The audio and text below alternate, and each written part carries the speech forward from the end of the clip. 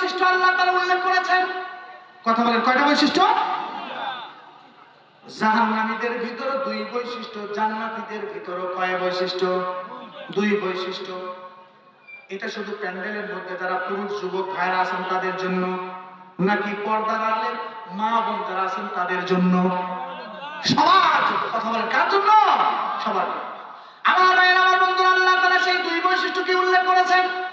فأما من خاف مقام ربه ونهى النفس عن الهوى فإن الجنة هي المأوى الله أكبر আমার ভাইয়েরা, আমার বন্ধুরা, আল্লাহ তাআলা বলেন فأما من خاف, সুতরাং ওই ব্যক্তি, মান খাফা, যে ব্যক্তি আল্লাহকে ভয় করবে, মাকাম রাব্বিহি, তার রবের সামনে দাঁড়াবার ব্যাপারে যে ভয় করবে, এই অনুভূতি যে ব্যক্তি তার অন্তরের মধ্যে লালন করবে, যে ব্যক্তি তার অন্তরের মধ্যে সদা জাগ্রত রাখবে, এই ব্যক্তি তার ঠিকানা হলো জান্নাত। সকলে চিৎকার দিয়ে বলেন সুবহানাল্লাহ।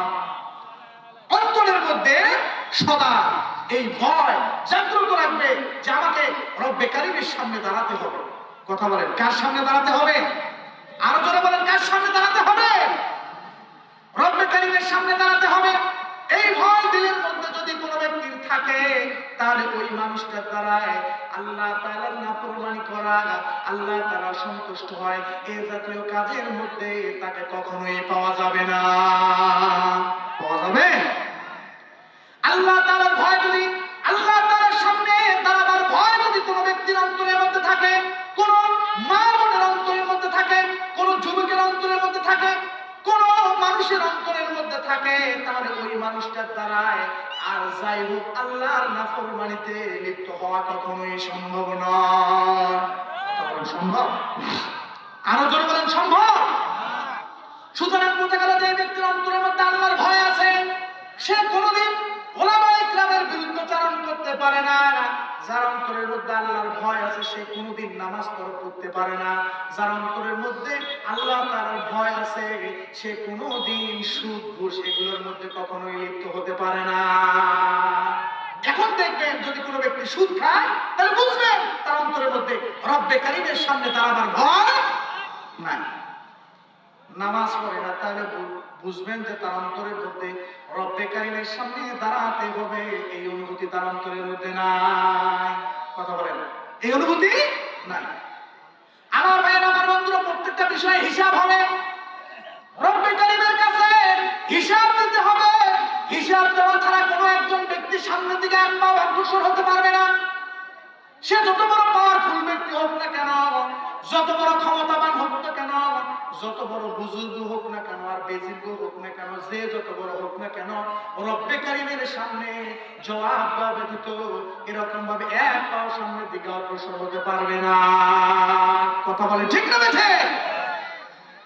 বিশেষভাবে হাদিস শরীফের ভিতরে আসছে, হাদিসটা তিরমিজি শরীফের ভিতরে আসছে, যেই হাদিসটা আমি আপনাদের সম্মুখে তেলাওয়াত করেছি, রব্বে কারীম বর্ণনা করেছেন। রব্বে কারীম এরকম ভাবে হিসাব নেবেন। রাসূল আকরাম সাল্লাল্লাহু আলাইহি সাল্লাম বর্ণনা করেছেন।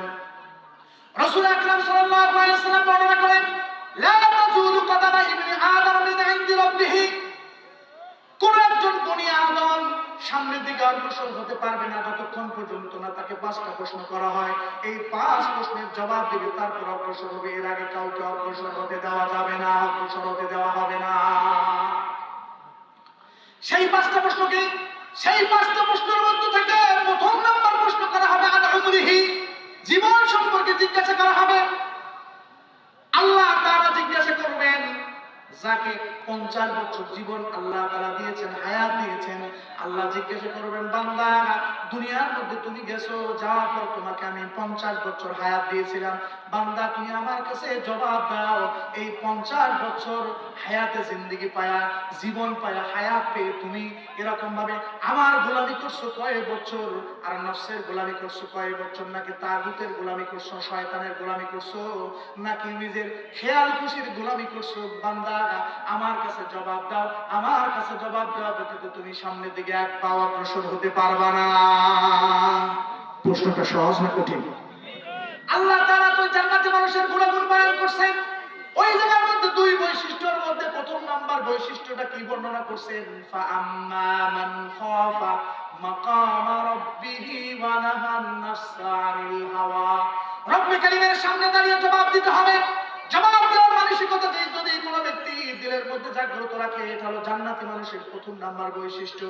ও ভাই, আমি আপনি হায়াতে জিন্দেগি পেয়েছি, এই হায়াতে জিন্দেগি পেয়ে যে আমি যেমন ইচ্ছা তেমন ভাবে আমি আমার জীবনকে পরিচালনা করব, এটা চলবে না।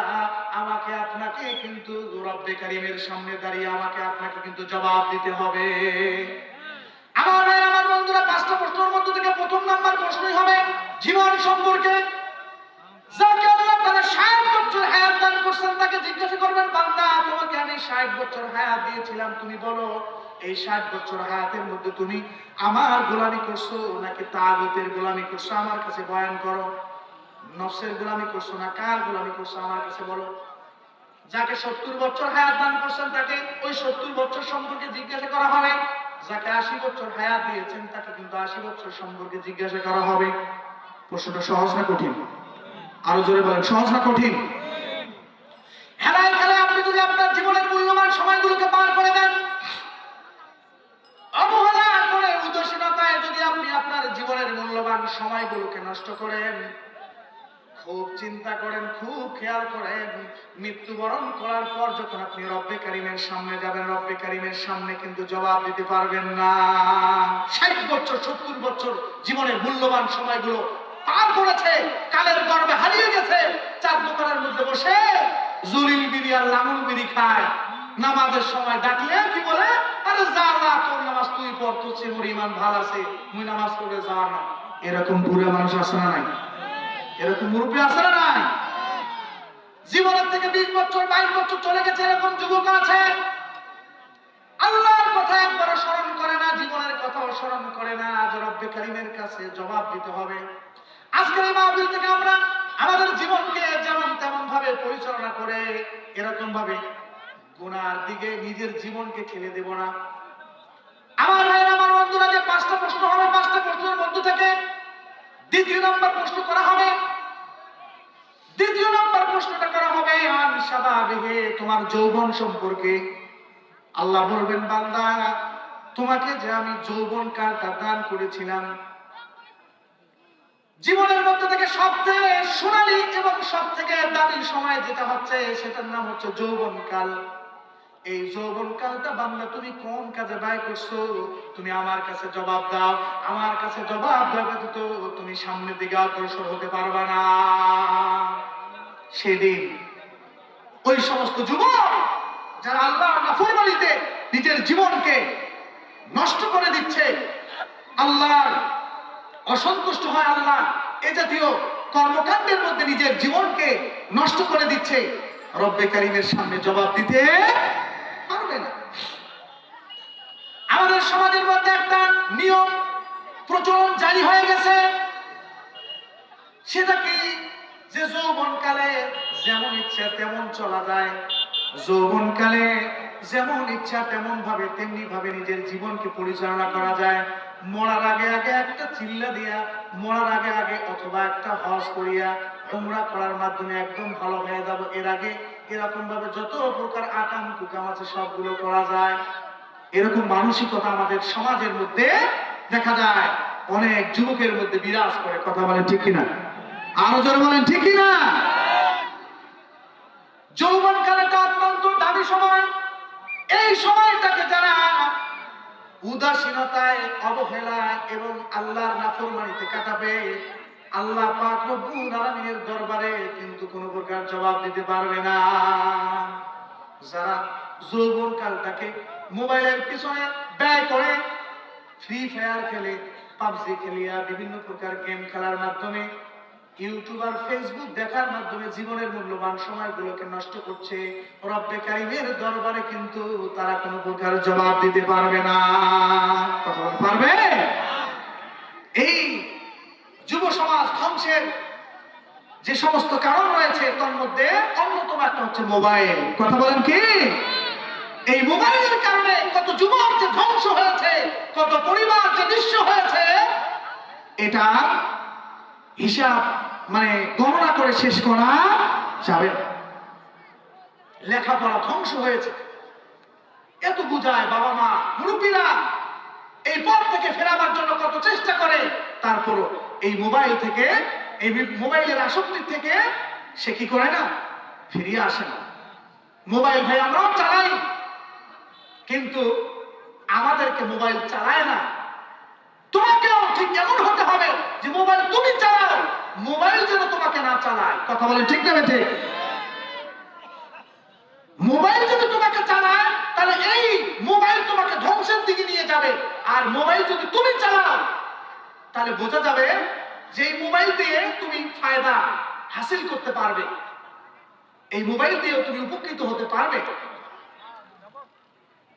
আমার ভাইয়েরা, আমার বন্ধুরা, অনেক যুবক আছে এই মোবাইল হাতের মধ্যে আসার পর বিভিন্ন প্রকারের খারাপ কাজের দিকে এই মোবাইলের মাধ্যমে ধাবিত হচ্ছে, যার কারণে যুব সমাজ আজকে ধ্বংসের দিকে এরকম ভাবে দ্রুত গতিতে এগিয়ে যাচ্ছে। কথা বলেন ঠিক কিনা?